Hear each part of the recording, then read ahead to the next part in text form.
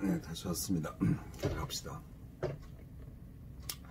아까 이야기를 잠깐 하다가 놓친 것도 있는 것 같아서 그 후로 세월이 지나면서요, 뭐 다른 이야기 하겠지만 이 전산화를 우리가 뭐라고 표현했냐면요, Transaction Processing System이라고 불렀습니다.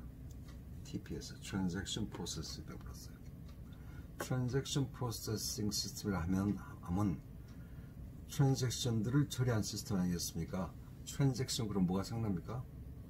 트랜잭션 그럼 내가 영어 사회적 개념에서 거래. 그럼 트랜잭션 프로세스 시스템은 거래 처리 시스템이라고 직역을 하면요 개념이 와 닿잖아요. 트랜잭션 프로세스 시스템이라 하면 각각의 트랜잭션을 하면 이런 게 트랜잭션이에요. 여러분이 그 편의점 가서 물건 하나를 사가지고 띵 올리면 그 트랜잭션이에요. 여러분이 저 주민센터 가가지고 이름 등록을 해가지고 주소지 변경했다고 딱 올리면요 트랜잭션이에요. 여러분이 전화번호를 바꿔가지고 학교에다가 내 전화번호 바뀌었습니다. 이제 010 뭐뭐입니다 하고 딱 등록을 시키잖아요. 하나의 트랜잭션이에요. 여러분이 톨게이트를 빠져나가는 순간 띵동 올리잖아요. 응? 그거 트랜잭션이에요. 컴퓨터 시스템에 뭔가 조그마한 하나의 사건이 발생했다. 그 사건 하나하나를 우리가 트랜잭션이라고 부릅니다. 은행에서 누군가 돈을 잠깐 이 만원을 인출했다. 트랜잭션이에요. 얼마를 입금시켰다. 트랜잭션이에요. 그래서 아까 말했던 이런 이 각각의 전부 트랜잭션 처리하는 거죠. 판매할 때마다 누가 판매했다. 하나의 트랜잭션. 어떤 물건이 지금 창고로 들어왔다. 트랜잭션. 무엇이 생산돼 나왔다. 트랜잭션. 전부 어떤 부품들이 지금 수입되었다. 트랜잭션이에요. 전부 트랜잭션입니다. 어떤 사람 한 명이 지금 퇴직을 했다. 트랜잭션이에요. 그래서 하나하나가 사실은 전산화 시스템일지언정 지금 이 개념에서는 트랜잭션 프로세싱이라고 부르는 거죠. 이 트랜잭션 시스템들을 내가 여기서 지금 쓰지는 않았는데 트랜잭션 시스템을 이제 하나하나의 트랜잭션을 좀 묶어서 통계를 내 가지고요 표로 만들어서 예를 들어서 중간 관리층에게 보고를 했다.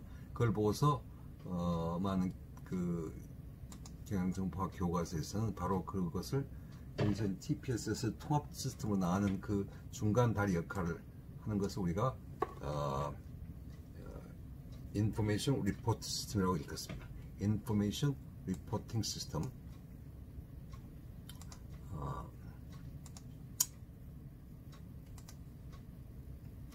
Information Reporting System. 그래서 트랜잭션 프로세스면서 인포메이션 리포팅 시스템으로 이제 그 요약된 정보가 이제 중간 관리층에 넘어가고, 중간 관리층은 그 자기의 그 영역의 인포메이션 리포팅에 만족할지언정 CEO 입장에서는 전사를 보고 싶거든요. 그래서 그 이제 MIS가 되는 겁니다. 그래서 저 하부 그 종업원들, 중간 관리층, 그 다음에 중역이라든가 최고경영층, 고급 상위 경영층, MIS 이렇게 보라보는 시각이 다른 거죠. 은행 여직원들은요 트랜잭션 프로세싱 합니다. 고객들 상대하면서 창구에서.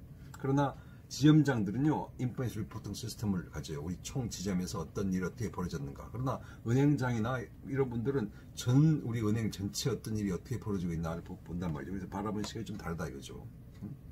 그래서 좀 다른 개념으로 보면요, 이걸 이야기를 좀 다르게 진행시키기 위해서 이렇게 본다 그러면요 이렇게 볼 수 있어요.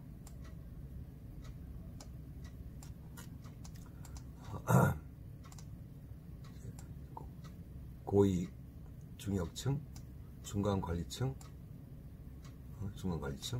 그래서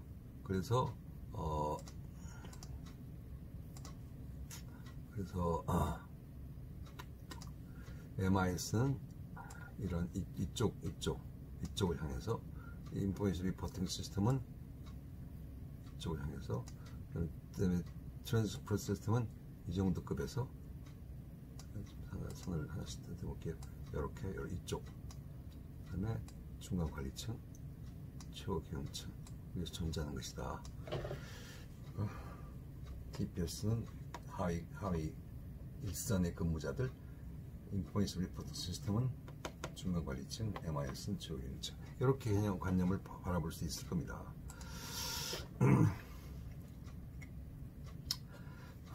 오케이, 이제 여기까지 잠깐 설명을 하고요. 그 다음에 하나를 더 말하면 여기다 KWS를 썼습니다. 사무자동화 OA의 개념이 좀 바뀌어가지고요. 단순히 사무실만 보지 말고 이메일도 보내고 컨퍼런스도 하고 여러 가지를 할 수 있는 사무실에서의 결제도 같이 도와줄 수 있는 이런 개념을 보고서 우리가 Knowledge Work System이라고 부릅니다. Knowledge Work System, 지식 업무 시스템, Knowledge Work System. 그래서 사무자동화 OA가 KWS로 이제 나중에 발전돼 가는 그 양상을 우리가 보입니다. 그렇게 용어가 변경이 됐다. 지금 여러분이요, 이 전체 그림에 나와 있는 것들 용어를 잘만 이해한다면 경영정보 학에 대해서 다 알게 돼요. 이 그림의 핵심입니다. 핵심이에요. 그렇게 알고 좀 같이 진행해 봅시다. 네, 미리 이제 써놨는데요. 자, 여기까지는요. 여기까지는 이제 컴퓨터에 관련된 것들이 주로 이렇습니다. 이제 그래서 같은 1980년대요. DSS와 EIS의 개념이 생겼는데 그건 MIS가 발전해가지고 이렇게 올라가는 것이 그건 아니에요. 일단 이 개념은 지금 세모로 이렇게 발전돼가는 형태를 봐도 새로운 기술들 개념의 등장 배경이 달라진다. 이걸 기반으로 이게 만들어지고 이 기반으로 이게 만들어지고 이 기반으로 만들어진다. 이런 개념이 아니라는 걸 일단 우리가 염두에 두고 이 그림을 이해합시다. 같은 80년대 DSS란 말과 EIS란 말이 등장했습니다. DSS는요, Decision Support System이에요. 의사결정 지원 시스템입니다. 의사결정 지원 시스템이에요. MIS는 전사적으로 정보를 관리해준 시스템입니다. 그러나 그건 이제 전사적은 그러한데 그러나 중대한 의사결정을 해야 되는 의사결정권자들 입장에서는 뭔가 정보 시스템이 나에게 의사결정을 지원해준 시스템으로 좀 되면 얼마나 좋을까. 그럼 한마디로 정보 시스템이 나의 참모 역할을 하면 참 좋겠다 하는 생각을 하게 된 겁니다. 그러면서 DSS란 말이 등장했습니다. DSS는 한마디로 의사결정을 해준 시스템이 아니고 의사결정을 지원해주는 Decision Support 시스템입니다. 서포트. 그러면 의사결정권자들은 어떤 사람들인가? 의사결정권자들은요, 그게 뭐 대통령이 됐건, 뭐 사장님이 됐건, 심지어 부장이 됐건, 결정권자라면, 매일매일 많은 정보를 획득하고 중대한 의사결정을 해야 됩니다. 근데 최적의 의사결정 해법이 있을 수 없어요. 대부분 많은 경우에 A로 할까, B로 할까, C로 할까? 이러면 좋을까, 저러면 좋을까? 이렇게 하면 어떻게 되지? A라는 우리가 답을 집행하면 앞으로 어떻게 전개될까? B라고 하면 어떻게 될까? 뭐 코로나 바이러스를 통해서 지금 과연 중국의 지금 뭐 세계 입국을 막을까? 뭐 막지 말까? 과연 뭐 마스크를 이렇게 할까 저렇게 할까? 뭐 여러 가지 아이디어가 있지 않습니까? 사방에 또 보고하는 사람도 다를 수 있고요. 이런 중대한 의사결정을 하게끔 할 때 도와줄 수 있는 것이 DSS입니다. 그래서 DSS는요, 지혜로운 시스템이어야 됩니다. 지혜로운 시스템이어야 돼요. 그래서 의사결정 지원 시스템의 이야기를, 의사결정 지원 시스템이 되려면은 이런 기능을 가지고 있어야 됩니다.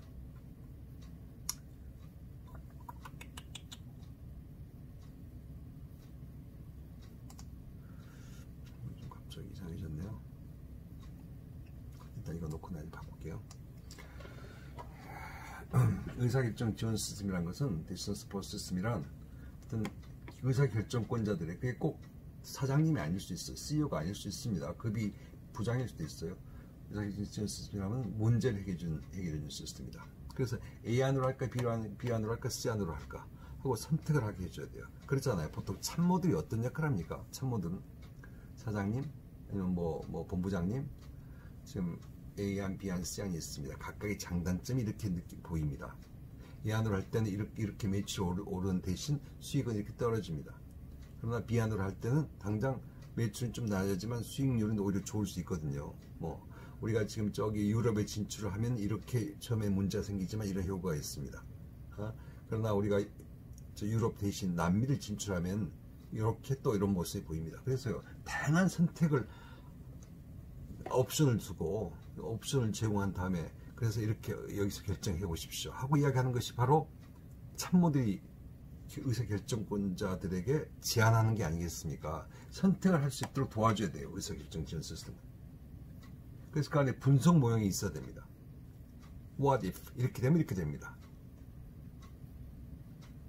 if 이러면 이렇게 됩니다. what if 모델링 기능이 있어야 됩니다. 분석 모형을 가지고 있어야지만 decision support 시스템이기 때문에 아까 말했듯이 지혜로운 시스템이어야 됩니다. 그리고 이렇게 되면 근데 이렇게 되면 어떻게 되지? 하고 물어보면 아 그렇게 되면 이렇게 됩니다 하고 일종의 시스템과 이 시스템을 이용하는 사람들 사이에 다이얼로그가 형성되면 좋아요. 근데 만약 내가 투자를 20억 하지 않고 10억만 투자 지금 한다면 어떻게 일이 벌어져? 매출이 어떻게 달라지고 이게 어떻게 돼? 뭐 이런 식으로. 그래서 그래픽 기능도 제거하고요. 이렇게 뭐 이렇게 이 정도 투자하면 이렇게 올라갑니다. 이 정도 투자하면 이렇게 올라갑니다. 앞으로는 아마 이런 식이 될지 모릅니다. 이렇게 그래픽 기능도 제거하고요. 파이 차트도 만들어서 분포도 더 그려주고요. 이런 다양한 기능들을 가지고 있을 때 의사결정 지원 시스템인데 보통 하나의 문제만을 위해서 보통 존재합니다. 모든 기업의 문제를 CEO가 가지고 있는 문제를 의사결정권자들이 가지고 있는 문제를 어떻게 다 진행을 시키겠습니까? 그죠?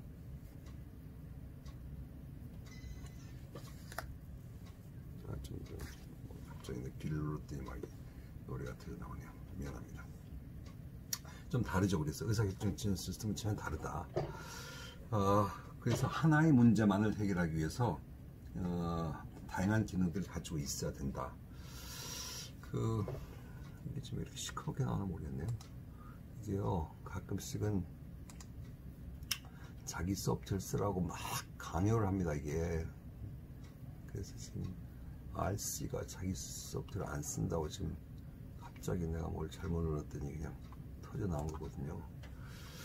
그래서 내가 안 쓰겠다고 지금 버티겠습니다. 재미있는 80년대 우리나라에서 DSS를 처음으로 구축했던 재미있는 사례가 떠오르네요.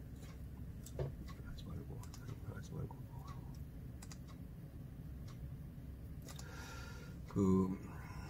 우루사라는 간장량이 있죠. 우루사라는 우루사는 술 마시고 남자들은 술 별로 안 좋아하지만 술 많이 마시고 아침에 뭐 밤에 먹는 그 약의 대표 약 중에 하나가 우루사 아닙니까? 대웅제약이 만든 그 약. 요즘에 광고하지 않던데 옛날 몇 년 전 보면 TV 광고하면서 대웅제약 우루사 뭐 이렇게 뭐 하는데 근데 이제 그 대웅제약에서요 우루사가 효자 상품이에요. 뭐 동화장의 바카스가 막 1000억 매출 올리듯이 효자 상품입니다. 바카스가 지금도 동화제약의 효자 상품인지 모르겠네요. 아주 선풍적으로 한 수십 년간 바카스 아니었습니까? 지금은 비타민 드링크가 아주 많이 있기 때문에 지금 바카스가 어느 정도 인기인지 모르겠지만 옛날 사람들 다 바카스였어요. 어떤 대용작에서는 히트 상품 중에 하나가 우루사라는 그 약이었거든요. 간장약이었거든요. 그런데 이제 보통 흔히 말할 때 그러면 우루사라는 이 광고를 아까 내 TV 광고에 나왔다고 했는데 과연 광고비를 얼만큼 지출할까 하는 것은 매우 중요한 문제 아니겠습니까? 매우 중요한 문제예요.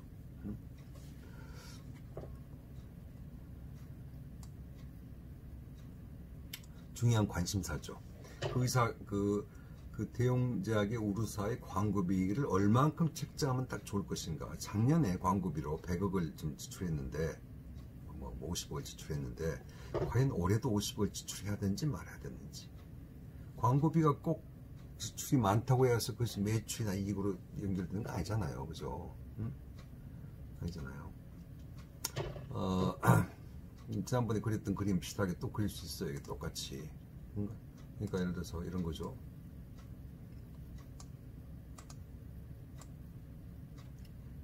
이쪽이 이제 광고비입니다. 광고비라고 하지 않읍시다. 이쪽이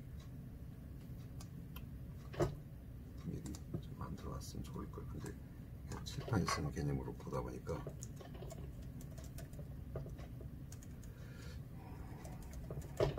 광고비를 얼만큼 지출하면 좋을까?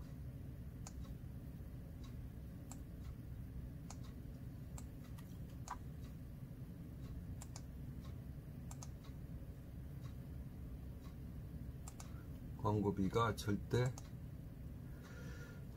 매출로 직결되지 않기 때문에 광고비를 지출하면 여기에 이제 이익이 발생하는데 그 이익이 있지 않겠습니까? 근데 광고비를 많이 집행하면은 당연히 이렇게 되면 참 좋으련만 꼭 이게 아니거든요. 광고비를 지출하면 지출할수록 이익이 커집니까? 아니에요. 매출은 좀 나아질지 모르지만 수익률은 떨어질 수가 있습니다. 그죠? 그래서 이것이 그럴 수 있을지 모르겠네요. 실제 상황은 이렇게 되지 않고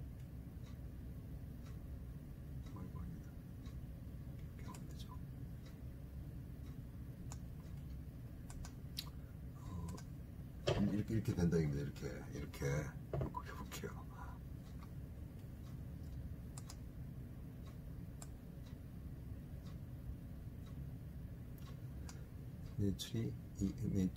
이익이 광고비 정비되지 않고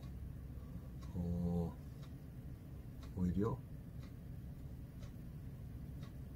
나중에는 감소될 수도 있다. 꼭 이렇게 되더라고 이게. 또 실패했습니다. 이렇게 된다 이겁니다. 이렇게 돼요. 어떡하면 이래서 펜을 써야 되는데, 전자펜을 써야 되는데, 그죠? 다시 한번 해볼게요. 그래가지고 이것을 좀 많이 올리고요. 이렇게 올리고, 그다음에 이것을 많이 좀 아이고 실패했네. 미안합니다. 아무튼 이게 잘못됐는데, 아무튼 그림 자체는 이렇습니다. 이렇게 된다. 이렇게 돼요. 한마디로 뭐냐면요, 광고비 지출이 이익으로 가져오지 않고 제법 광고비 지출에 이익 한 것 같지만 어느 순간에는 불필요한 광고비를 많이 집행함으로써 오히려 뭐 매출은 올라갈지 모르지만 이익은 떨어지는 형상이 보인다 이거죠. 이런 식으로 된다 이거죠. 그래서 이제 광고비 책정을 과연 얼마로 할 것인가 하는 것이 이제 그 의사결정과 이제 굉장히 중요한 그 궁금사항이죠. 이게 과연 얼마큼 하면 딱 좋지? 광고비 얼마 책정을 함으로써 이익을 극대화시키지? 요것이 궁금한 거죠. 이 지점이. 근데 그래서 뭐 이게 20억, 뭐 작년에 20억, 50억 지출했으니까 사장님이 이거 50, 그 한 제품에게만 그래도 5%, 한 10% 늘려가지고 55억 광고비 책정해야겠습니다. 하는 것은 감으로는 맞을지 모르지만 논리적으로 맞지 않잖아요.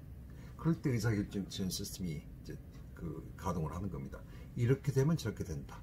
광고비가 올라가면 광고비를 이만큼 올리면 이익이 극대화된다. 광고비를 하더라도 이게 TV 광고도 있고 무슨 잡지 광고도 있고 신문 광고도 있고 5개 광고도 있고 인터넷 광고도 있고 어디 얼마나 다양하겠습니까? 그러면 이것이 이제 이게 극대화할 수 있는 이 지점 이거 아닙니까? 이거 아닙니다.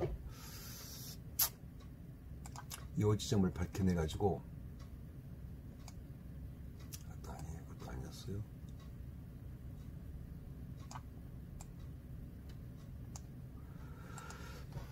다시 한번 해봅시다.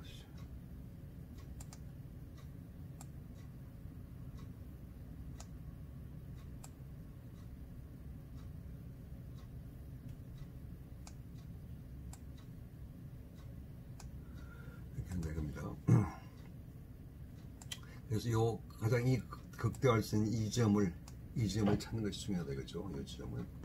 그리고 이 광고비를 어느 매체에 광고를 하면 좋을 것인가. 그래서 이익을 극대화시킬 수 있는 것인가. 너무 불필요하게 많이 쓰면 오히려 이익이 줄어드니까요. 그래서 대웅제약이 바로 오르사 광고비를 책정하기 위해서 우리나라 국내에서 최초로 의사결정 지원 시스템을 구축해서 상당히 재미를 봤다, 유익하게 활용이 됐다 하는 것이 하나의 역사적인 우리나라 정보화의 하나의 그 사례가 되겠습니다. 그래서 내가 그림 그리느라고 있을 때 시간 낭비 많이 했는데 뭐 그렇다 칩시다.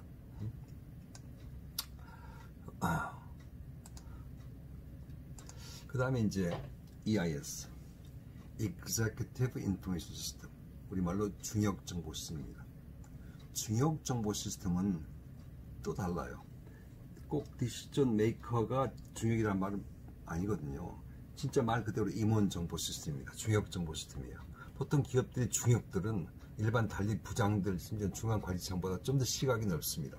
보통 executive들, 중역들이 가지고 있는 시각은 굉장히 멀리 보고 넓게 봅니다. 그래서 기업 내에서 MIS가 생산해주는 정보만 신경 쓴 것이 궁금한 것이 아니고 주식시장의 동향, 코로나 바이러스의 유럽 시장 동향, 유럽의 그 현황, 그것이 결국 미국의 유럽의 진출에 그쪽 시장에 영향을 미치니까요. 뭐 심지어는 미국 대선이 어떻게 될 것인가, 우리나라 총선이 어떻게 되는지, 정치 동향. 그래서 내부 정보뿐만 아니라 외부 정보까지도 전부 다 모아서 한마디로 중역들이 입맛에 맞게 만들어진 시스템. 특정 문제 해결이 아니고 특정 문제 해결은 DSS 달리 같은 중역들이 사용하는 시스템일지 모르지만 EIS는 좀 더 폭넓게 보는 시각. 뭐 상황판이 있어가지고 그래 지금 현재 매출 대비 이번 분기는 90% 달성했는데 10%가 왜 문제지 하고 그런 시각을 가질 수 있도록 만들어진 시스템. 그걸 보고서 우리가 EIS라고 그러거든요. Executive Information System. 뭐 이런 개념들이 MIS의 그 기형정보 학도들이 많은 노력으로 MIS를 성공적으로 구축하려는 노력이 진행되고 있는 과정 중에도 이런 개념들이 탄생했습니다. DSS, EIS. 그러면서 동시에 등장했던 것이 엑스퍼트 시스템입니다. 엑스퍼트 시스템. 이 엑스퍼트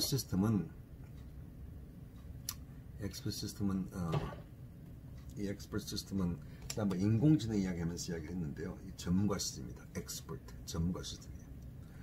전문가 시스템은 한마디로 인간 전문가의 머리를 기업 시스템으로 심자는 겁니다.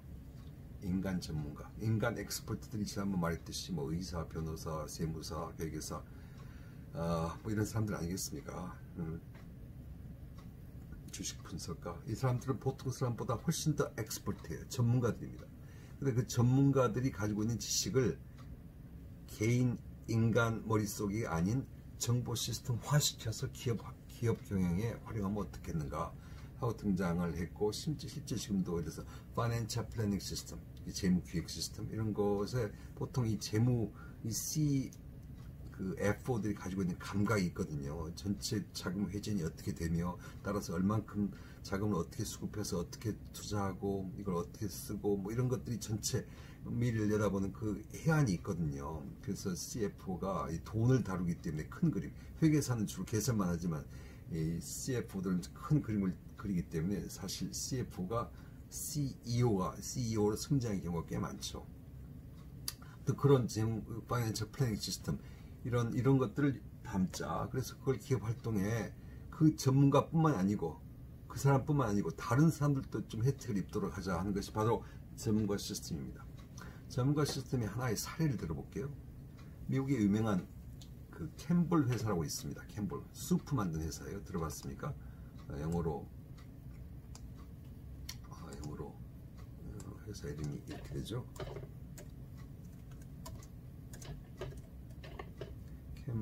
캠벨인가요? 캠벨 수프로 유명한 회사예요. 캠벨 수프 회사예요.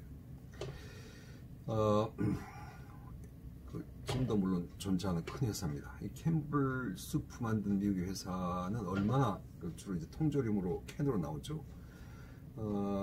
회사였냐면요, 미국에서 애가 아파요. 감기 걸렸어요. 그러면요 캠벨 수프 하나 끓여가지고 먹고 자기 해요. 우리나라는 뭐 콩나물 끓여가지고 고춧가루 탁 쳐가지고 짠짠 먹고서 그냥 푹 자면 난다. 이제 옛날에 그랬잖아요. 근데 미국에서는 캠벨 수프예요. 캠벨 수프는 지금 종류가 굉장히 다양한데 지금 나와 있는 제품들이, 초창기에 캠벨 수프는 어떤 수프였냐면 베지테이블 수프하고요 치킨 누들 수프였습니다. 독특한 맛이 있어요. 캠벨만의 독특한 맛이 있었습니다. 근데 이제 캠벨사가 쭉 이제 수프를 만들면서 유명한 수프 회사로서 세계를 뭐 아주 굉장히 큰 수익을 올리고 있던 와중에 걱정이 생겼습니다. 어떤 걱정이냐? 거기에 이제 메인 셰프가 있는데요.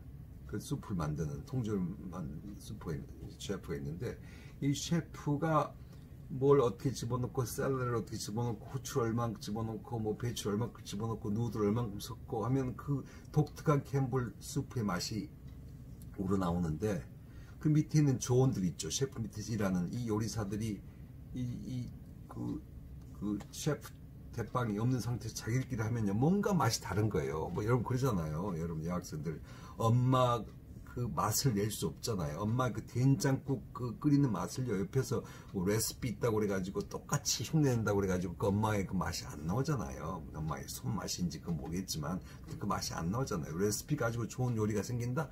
아니에요. 흉내낼 수 있지만 그 독특한 그 맛은 아니잖아요. 딱 그렇듯이 캠볼 회사의 그 메인 셰프가 없이는 그 맛이 안 나온다는 것이 너무도 답답한 겁니다. 그런데 바로 이 메인 셰프가 나이가 들어가지고 드디어 은퇴하기 이르렀습니다. 얼마나 걱정입니까?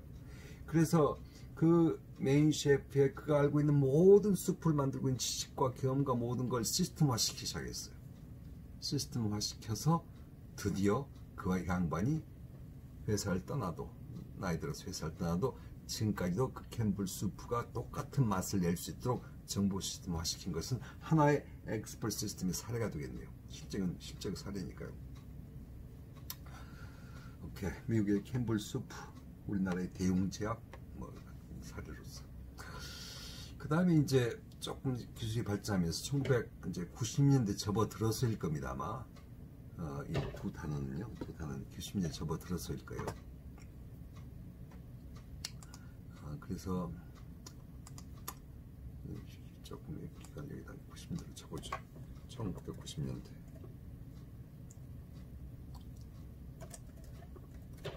1990년대에 등장하는 또 다른 용어들이 인공지능, 이거 인공지능 중에 하나입니다. 그러니까 엑스퍼트 시스템이에요. 결국은 생각하는 시스템을 만들자는 것이기 때문에 인공지능의 개념이 들어간 거예요.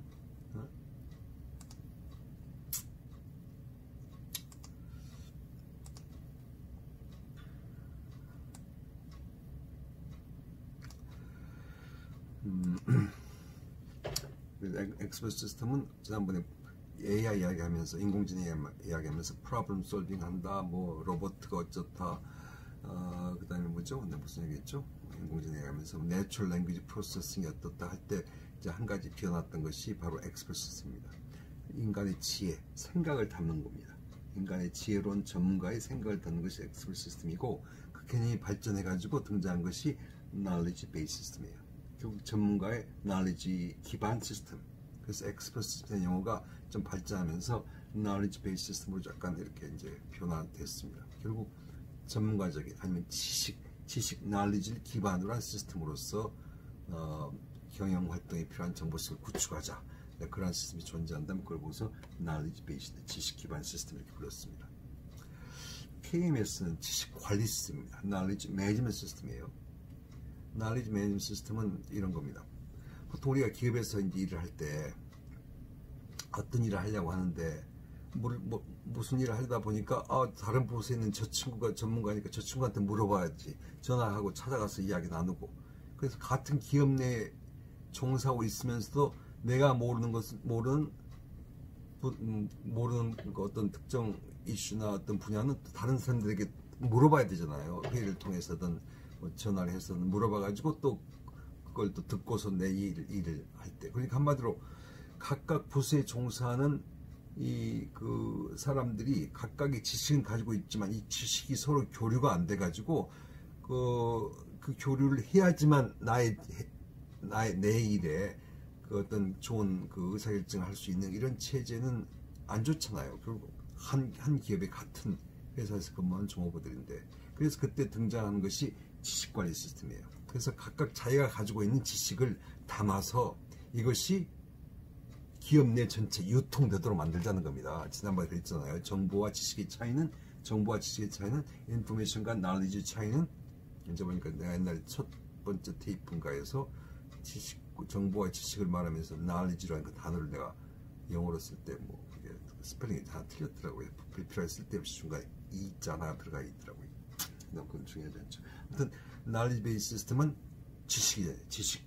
그래서 지식을 쌓아서 내가 알고 있는 지식을 더욱더 공유할 수 있도록 제공함으로써 기업 내에는 많은 지식들이, 다른 부서에 있는 모든 자기가 알고 있는 지식들이 쌓여서 이걸 기업 내에서 공유할 수 있다면, 그러면 그걸 우리가 보고서 그렇게 구축된 시스템을 knowledge management 시스템으로 하자. 서로 같은 회사에서 일하는 사람들끼리 서로 배우면서, 서로 가르치면서 서로 일을 잘할 수 있도록 하자는 것이 바로 knowledge management 시스템입니다. knowledge management 시스템이에요. 그 90년대 아주 선풍적으로 새로운 개념으로 등장을 했습니다. 이제 그 다음에 이제 중요한 또 개념이 나오는데요. 이게 여러분이 들어봤을지 모르겠는데 이 비즈니스 시스템,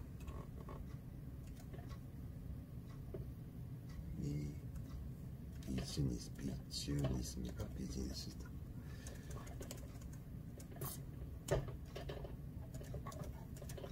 이 비즈니스 시스템이 이란 용어가 등장했습니다.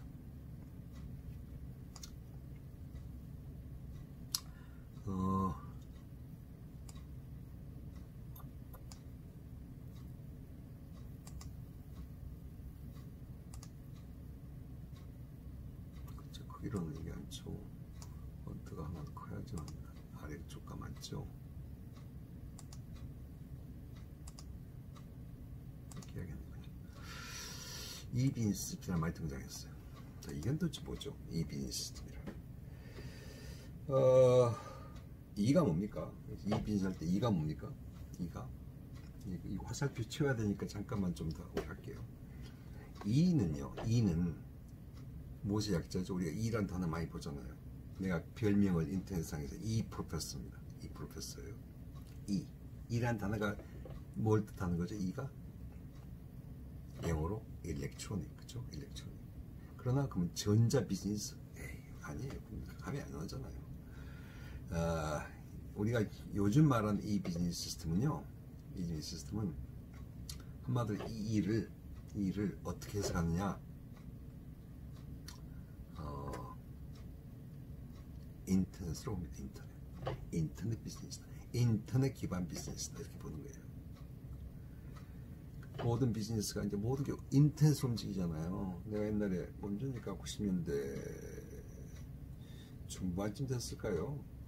일본의 후지츠라는 회사에 초대 받아가지고 그 당시 우리나라에서 10명 정도 뭐 장청한들도 많았습니다. 그 당시에는 일본이 일종의 후지츠 선전용으로 이제 한국의 주요 인사들을 초대해가지고 이제 가서 들어본 적이 있는데, 후지츠의 사장이 바뀌면서 후지츠가 대단한 회사거든요. 일본에서 하드웨어 메이커로서 대단하고요. 일본의 모든 정보화를 다 책임지는 우리나라의 삼성 SDS나 LG CNS나 뭐 SK CNS 같은 회사의 집합체가 사실 일본의 후지츠 같은 회사인데, 국가 정보화도 전자 정보도 다 만들고요. 그러나 CEO가 바뀌면서 모든 걸 인터넷 기반으로 하겠다고 막 선언하고 있더라고요.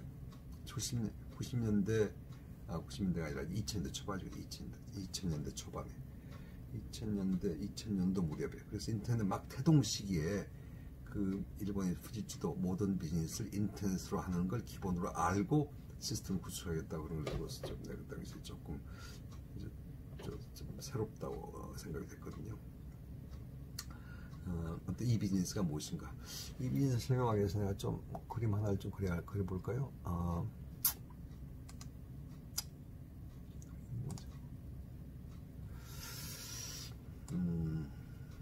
이것도 미리 좀 그렸어야 했는데, 기업에는요, 기업은 크게 4가지 축이 있습니다. 4가지 축이 있어요. 기업 그 CEO 입장에서 보면요, 4가지 축이 있습니다. 상대하는 사람들이, 첫째, 자기가 그 데리고 함께 열심히 일을 해야 되는 종업원들이 있고요. 종업원들.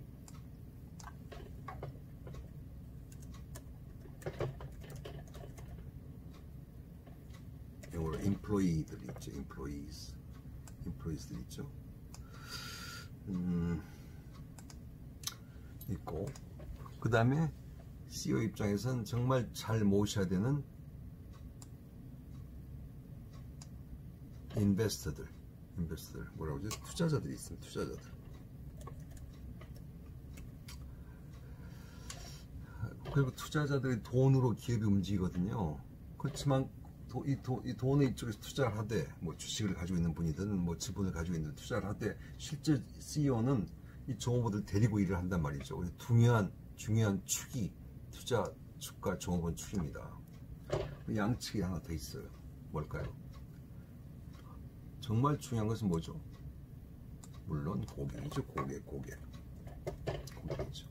네, 지금 이 비즈니스 설명하기 위해서 이 그림을 잠깐 소개하는 겁니다. 고객이죠. 고객이 왕이에요.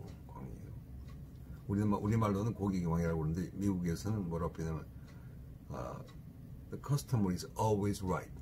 고객은 늘 옳다. 그들이 불평하면 옳은 거예요. 그들이 찬사를 받으면 옳은 거예요. 고객이 왕이에요. 우리말로는 the customer is always right. always right. 이 축은 뭘까요? 이 축은 뭘까요?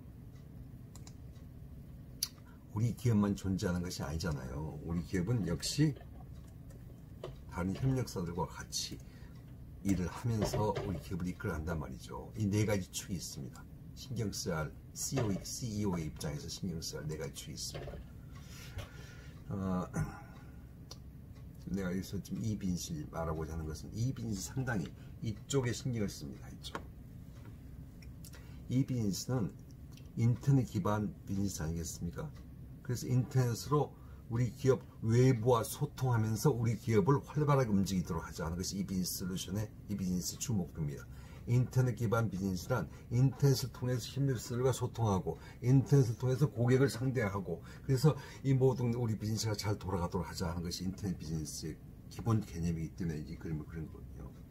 그래서 협력사들과 잘 진행시키도록 하자는 개념이 만약 존재한다면 여러분이 나중에 우리가 배울 겁니다만 이걸 보고서 우리가 SCM이라고 부릅니다. SCM.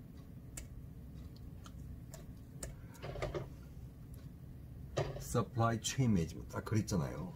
원자재, 저기 원자재를 공급하는 곳이 있고 그것들이 또 있고 그걸 통해서 부품을 만들고 부품을 공급받고 우리 제조 분야가 진행되고 그리고 만들어진 제품은 이제 대리점으로 그다음에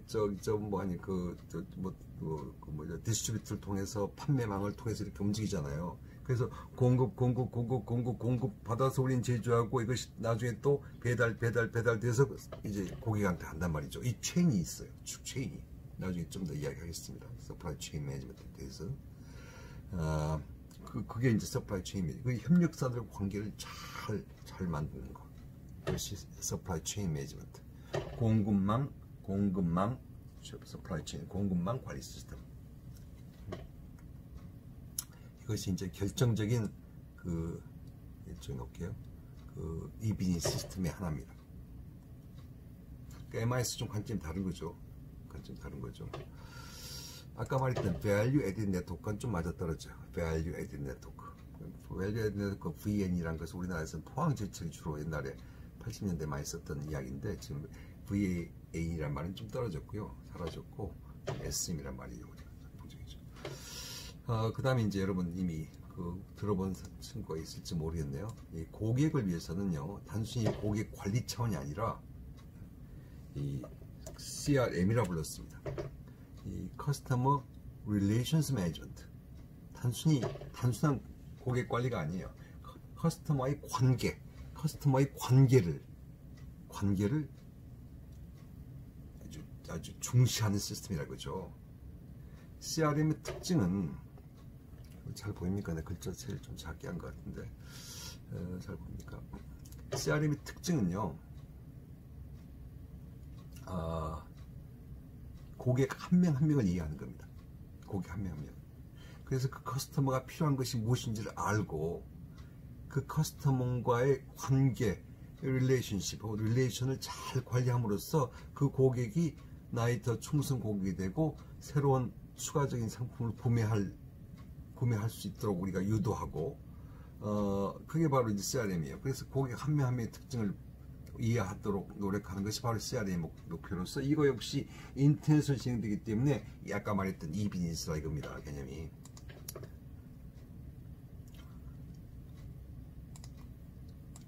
이 비즈니스 예를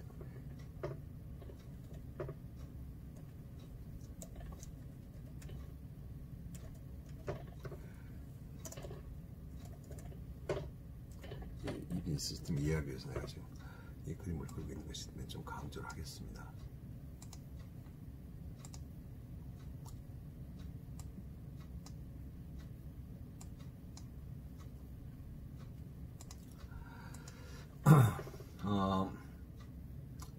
결정적인 이 비즈니스 시스템 바로 SM과 CRM입니다. 예를 들어 CRM 이런 것이 CRM이에요. 나중에 우리가 또 다른 시간에 CRM 이야기할 텐데요. 데이터 웨어하우스 이런 이야기하면서 이야기할 텐데, 데이터 마이닝 이런 거 이야기하면서 이야기할 텐데, CRM이란 것은 이런 거죠. 사실 아마존이 CRM으로 가장 선풍적으로 선도적인 그 기업이었습니다.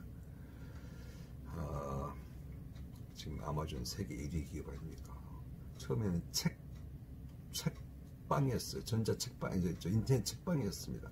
근데 책방 회사가 불과 10년 만에 1위 아닙니까? 애플 같은 거 뛰어넘는 1위 아닙니까? 대단한 기업으로. 근데 더 이상 아마존은 이제 무슨 뭐 유통 회사가 아니에요. 아주 완전한 IT 기업입니다. 어떻게 아마존이 저렇게 큰 기업이 될 수 있었는가?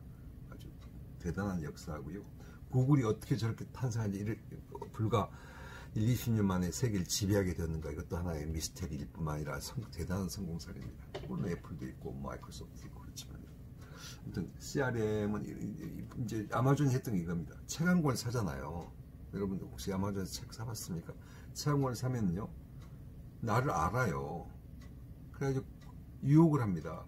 그런 책을 샀던 사람들은 이런 책도 보던데요. 살짝 그렇게. 내가 그 뭐죠?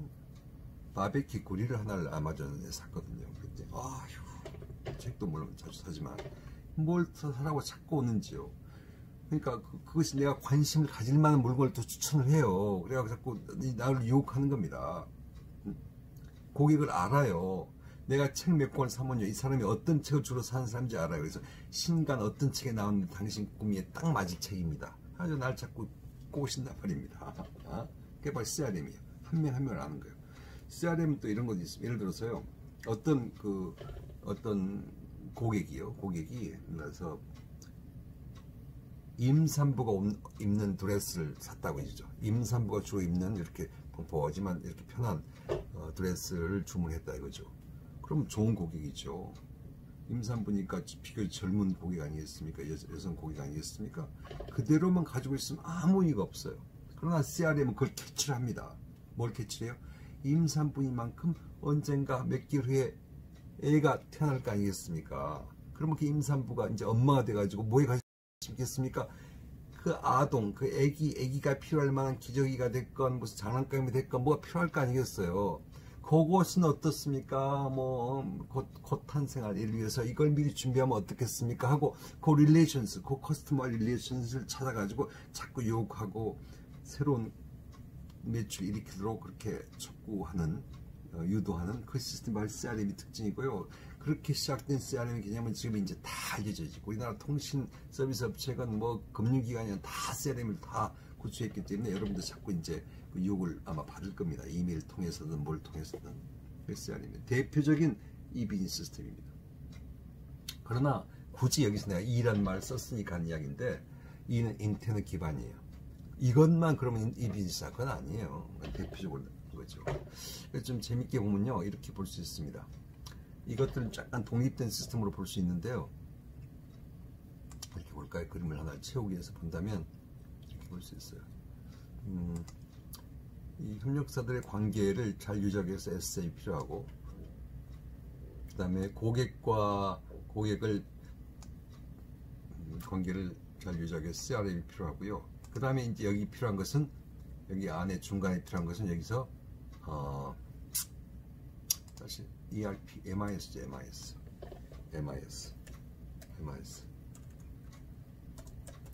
혹은 뭐 ERP라고 불러도 되고요. ERP는 아까 말했듯이 MIS 구축하는 어떤 그 방법이니까, 그죠? 그 ERP의 모듈 중에서 혹은 MIS의 모듈들 중에서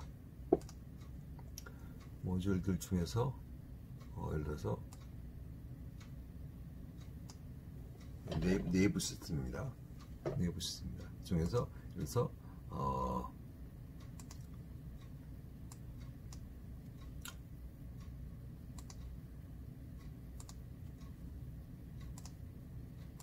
파이낸셜 플래닝 시스템 같은 것은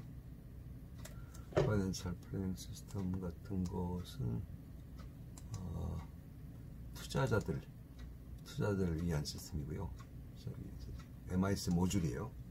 그 다음에 Human Resource Management System 같은 거, Human Resource Management System 같은 거, 이런 것들은 종업원들 상대로 할 수 있는 것이고요. 일종의 인사관리 시스템 같은 것이니까 이렇게 본다면 좀 다리 표현할게요.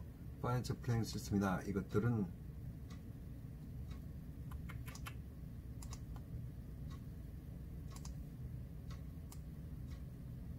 MIS의 혹은 ERP의 모듈이고요. HRM도 Human Resource Management 그렇고요.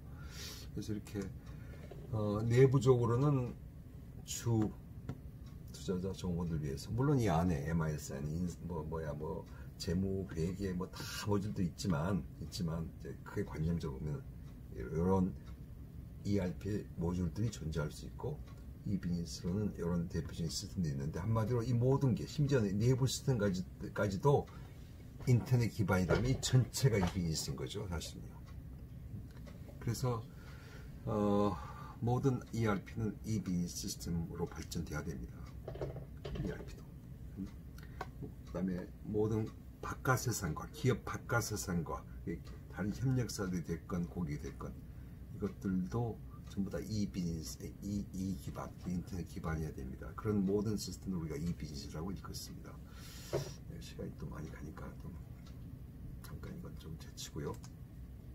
이 비즈니스다. 그림을 마저 하기 위해서 이걸 읽었습니다. 요즘에 우리가 아주 모두가 쓰는 것이 SNS 아닙니까? 소셜 네트워크 시스템. 원래 소셜 네트워크 시스템 뭡니까? 사회망 시스템입니다. 굳이 지역하면 그죠? 그러니까 사회에 우리 사회 일을 이룩하는 사람들끼리 서로 네트워크를 연결해서 살아보자는 거 아니겠습니까? 친구끼리 같이 한마디로 뭉쳐나는 거예요. 아는 사람끼리 서로 사이좋게 지내자는 것이 원래 소셜 네트워크거든요. 그 등장했던 것이 이제 뭐 페이스북 같은 게 있잖아요. 트위터도 있고 그렇잖아요. 우리나라도 또 카톡도 있고 그렇잖아요. 이 소셜 네트워크 서비스가 그래서 사실은 기업과는 무관한 시스템이었습니다. 아는 사람끼리 친하게 지내는 데 있어서 뭐 휴대폰 이용하자, 뭐 스마트폰 이용하자 하는 것이 SNS 아닙니까? 거기 왜 기업이 끼어듭니까? 그죠? 기업 정보원 전혀 개념이 상관없는 개념이었어요. 페이스북이 무슨 뭐 경영 정보화를 위한 도구로 사용된 거 아니었거든요, 처음에는. 근데 이제 모두가 우리가 SNS를 이용하다 보니까 우리 모두 카톡 이용하잖아요. 그죠? 모두가 뭐 메신저 이용하고요. 외국에서 보면 지금 뭐 카톡 같은 서비스를 하는 것이 물론 최근에 등장하고 있는 뭐 텔레그램도 있지만 이렇게 하면 뭐 바이버도 많이 이용하고요. 그 다음에 저 아시아 쪽 가면 위챗 같은 거 이용하고요. 그 다음에 아프리카 뭐 다른 나라 왓츠앱 같은 굉장히 각 국가마다 아니면 대륙마다 사용하는 그 뭐 카톡 같은 그런 그 메신저 서비스가 다릅니다. 그다가 페이스북은 또 다르죠. 단순히 그 메신저 서비스가 아니잖아요. 트위터도 그렇고요. 막 이런 것들이 아주 막 퍼지면서 인간들이 서로 막 엮기 시작했어요. 나의 친구, 너 그의 친구, 그의 친구, 친구의 친구는 친구고 이러면서 막 연결되면서 지금 현재 우리가 새로운 세상을 펼쳐보고 있습니다. 새로운 사회를 구축하고 있어요. 소셜 네트워크를 통해서 새로운 지금 정보 사회가 지금 구축되고 있는 겁니다. 어찌 보면 서로가 알고 이러면서 인간의 유대 관계가 굉장히 또 다른 그 형태로 지금 나오고 있는 겁니다. 이 소셜이라는 말이 굉장히 중요하잖아요. 소셜 네트워크 서비스. 우리 결국 한 사회를 사는 각 개개인들 아니겠습니까? 소사이티, 사회란 사회, 소셜 그러면 이 사회적인 사회적인이라는 말은 사람과 사람이 서로 함께 살아가는 사람과 사람이 함께 살아가는 소셜 방법을 네트워크, 휴대폰, 인터넷 같은 걸 통해서 같이 연계시켜가면서 살아가자 할 수 있도록 만들자는 것이 바로 소셜 네트워크 서비스 아니겠습니까? 소셜 지금 최근에 지금 우리가 듣고 있는 이 바이러스 때문에 우리가 뭐 사회적 거리두기 그러잖아요. 영어로 social distance. 우리말로 번역하면 조금 모호하지만 결국 사회적 거리두기. 그 말은 상당히 그 학구적인 학술적인 냄새난 용어인데 그 말의 뜻은 사람과 사람이 연대해서 살아가는 것이 사회일전정, 그런 사회적인 활동을 조금 사람과 사람이 사이를 좀 거리를 두자. 그게 이제 사회적 거리두기, 영어로 소셜 디스턴스를 유지하자는 것이 최근에 이제 그 바이러스 투쟁 중에 나온 유행 언어 중에 하나가 아니겠습니까? 그래서 이제 원래는 소셜 네트워크 서비스는 전혀 관계가 없었어요. 사실은. 그러다 사람들끼리 서로 연대 관계를 하다 보니까 저 관계 속에 내 기업이 끼어들어서 내 상품을 선전하면 오직 좋으랴. 그래서 그 사이에 지금 투입돼 들어온 겁니다. 지금 여러 기업들이요, 각종 페이스북이고 카톡이고 이런 전부 다 끼어들어가지고 이제 광고 맞아 떨어진 거죠. 그런 서비스 제공하는 업체와 그다음에 기업 광고들이 서로 연계돼 가면서, 유튜브도 마찬가지고요. 그러면서 점점 이제 기업들이 그 사회 유대 관계 속에 자기의 역할을, 자기의 기업들 소개시키면서 광고를 하면서 거기에 한 역을 하도록 하는 것이 이제 아주 중요해졌습니다. 왜냐하면 우리 모든 기업의 고객들이 SNS망과 연결되어 있기 때문에 그 망에 투입돼야지만, 거기에 그 망에 기업들도 연계돼야지만 기업 매출을 올릴 수 있잖아요. 그래서 지금 이제 소셜 네트워크 서비스를 이용한 경영 정보화의 방향으로 이 개념이 또 점점 또 한 단계 더 상승되었다 하는 것이 지금 여기까지 지금 경영 정보화의 방향으로서, 이게 뭐 이걸 기반으로 이렇게 되고 이걸 기반으로 이렇게 된다는 건 아니라고 이야기했잖아요. 점점 기술이 발전하면서 지금 굳이 영어를 쓴다면 여기에 이게 정확하지 않습니다. 2000년대 접어들면서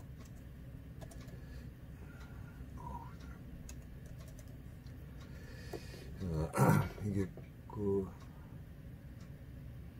이비인시도 그렇고요, SNS도 그렇고 점점 발전하기 이르렀다. 이렇게 이제 역사적으로 경영 정보화의 방향이 이렇게 진행되어 왔고, 그다음에 컴퓨터가 탄생된 이후로 지난 한 50년 동안 이렇게 지금 발전되고 있는 것이 지금 작금의 경영 정보화의 수준까지 이른다. 여기까지 일단 이야기를 하겠습니다.